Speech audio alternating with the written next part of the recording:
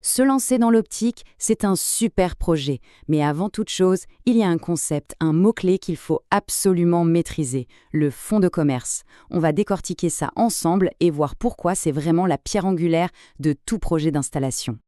Alors voilà le programme, on va se mettre dans la peau d'un opticien qui veut se lancer. On commence par la définition, c'est la base. Ensuite, on rentre dans le concret, le bail commercial, comment on achète, comment on vend, et on finira avec des options de gestion, dont une qui pourrait bien surprendre.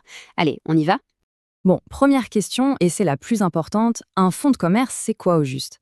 Laissons de côté le jargon juridique, l'idée c'est de comprendre le truc de manière simple et concrète.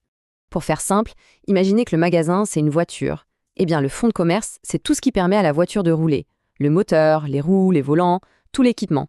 Par contre, attention, ce n'est pas la voiture elle-même, ou plutôt sa carte grise. La carte grise, ça, c'est la société, l'entité juridique. C'est une distinction super importante. Et alors, qu'est-ce qu'on achète exactement quand on achète un fonds de commerce? C'est ça qui est intéressant. Bien sûr, il y a le matériel, les machines, les choses qu'on peut toucher. Mais le plus précieux, en fait, c'est ce qu'on ne voit pas. La clientèle qui a ses habitudes, la renommée du magasin et surtout ce fameux droit au bail. C'est ce qui garantit de pouvoir rester dans les lieux. C'est absolument essentiel. Et voilà un point crucial à comprendre. Quand on reprend un fonds, on ne reprend pas les dettes du vendeur, ni ses crédits.